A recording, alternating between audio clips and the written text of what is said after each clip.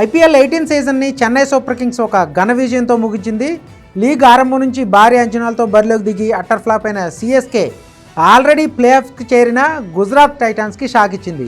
So చివరి మ్యాచ్లో చెన్నై బ్యాటర్లు చితకొట్టారని చెప్పాలి ఈ మ్యాచ్లో. ఎందుకంటే ఈ సీజన్ స్టార్టింగ్ నుంచి కూడా అన్ని బ్యాటింగ్ కానీ బౌలింగ్ కానీ అన్ని విభాగాల్లో కూడా తడబడుతూ వస్తుంది.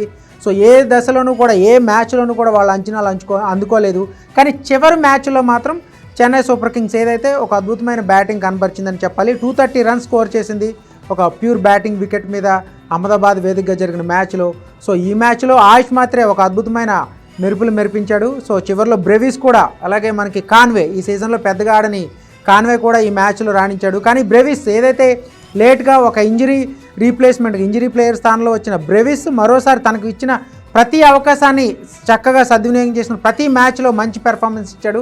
సో మేబీ నెక్స్ట్ సీజన్కి బ్రెవిస్ని కంటిన్యూ చేసే అవకాశాలు ఎక్కువగా కనిపిస్తున్నాయి.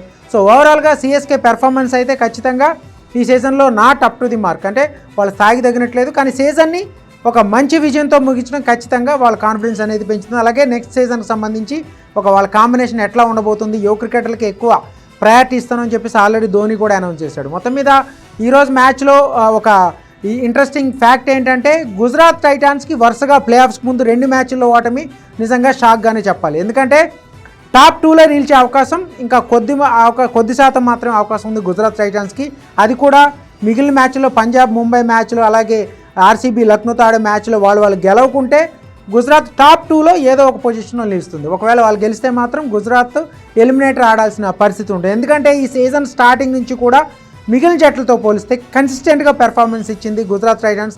టాప్ 2లో ఖచ్చితంగా కొనసాగుతూనే వచ్చింది నిన్నటి వరకు కూడా. ఇప్పటికీ కూడా ఈ మ్యాచ్ ఓడిన తర్వాత కూడా టాప్ 2లోనే ఉన్నారు. కానీ నెక్స్ట్ మ్యాచ్ రిజల్ట్స్ తర్వాత వాళ్ళ ఫేట్ అనేది డిసైడ్ కాబోతుంది. టాప్ 2లో నిలిచిన జట్లకి ఒక అవకాశం ఉంటుంది కాబట్టి ఆ ప్లేస్లో నిలదొక్కుకోవడానికి ఏ టీం అని కూడా వెయిట్ చేస్తూ ఉంటుంది. సో కానీ గుజరాత్ టైటాన్స్ టాప్ 3లో బ్యాటింగ్ ఆర్డర్లో మొదటి 3 ప్లేయర్లు ఆడకపోతే ఎలా ఉంటుంది సిచ్యువేషన్ అనేది మరోసారి రుజువైంది. గత మ్యాచ్లో ఓటమి కూడా అదే కారణం, వాళ్ళ బ్యాటింగ్ ఫెయిల్యూర్. ఈ మ్యాచ్లో కూడా అదే బ్యాటింగ్ ఫెయిల్యూర్ కారణంగానే చెప్పుకోవాలి. అటు బౌలింగ్ డిపార్ట్మెంట్ కూడా ఈ 2 మ్యాచ్ల్లో గుజరాత్కి ఏమాత్రం సానుకూలంగా కనిపించలేదనే చెప్పాలి. సో టాప్ 3లో బట్లర్ కానీ సాయి సుదర్శన్ గిల్ ఈ 3 ఆడకపోతే మాత్రం మిగిలిన బ్యాటర్ల మీద ఒత్తిడి పడి వాళ్ళు ఎంత పేలవంగా ఆడుతున్నారనేది మరోసారి రుజువైంది. ప్లే ఆఫ్స్కు ముందు వాళ్ళ బ్యాటింగ్ ఆర్డర్కి సంబంధించి ఈ నిలకడలేమి ఖచ్చితంగా అధిగమించాల్సిన పరిస్థితి అయితే ఉందని చెప్పుకోవాలి. మొత్తం మీద చెన్నై సూపర్ కింగ్స్ సీజన్ని ఒక ఘన విజయంతో ముగించడం ఆ జట్టు ఫ్యాన్స్కి ఒక గొప్ప రిలీఫ్గానే చెప్పుకోవాలి. సో వచ్చే సీజన్లో పూర్తిగా ఒక యువ క్రికెటర్తో కూడిన జట్టునే తయారు చేస్తాం, సిద్ధం చేస్తున్నట్టు ఆల్రెడీ గత మ్యాచ్కు ముందే ధోని అనౌన్స్ చేశాడు. సో ఆ విధంగానే వాళ్ళ కూర్పు ఉండబోతుందనేది అర్థమైంది. ఈ సీజన్లో షేక్ రషీద్ కానీ, ఆయుష్ మాత్రే కానీ, మిగిలిన బౌలింగ్ డిపార్ట్మెంట్లో అంశుల్ కాంబోజ్ కానీ, సో జూనియర్లే ఎక్కువ మందికి మనకు కనిపిస్తూ ఉన్నారు. సో సీనియర్లు ఈ సీజన్లో అంతగా రాణించలేదు, అశ్విన్ అలాగే రవీంద్ర జడేజా. ఈ మ్యాచ్లో కూడా రవీంద్ర జడేజా ఆకట్టుకున్నాడు, ఈ మ్యాచ్లో మాత్రమే. మిగిలిన మ్యాచ్లో not up to the mark. So Dhoni కూడా మునుపటి ఫామ్ కనబరచలేకపోయాడు.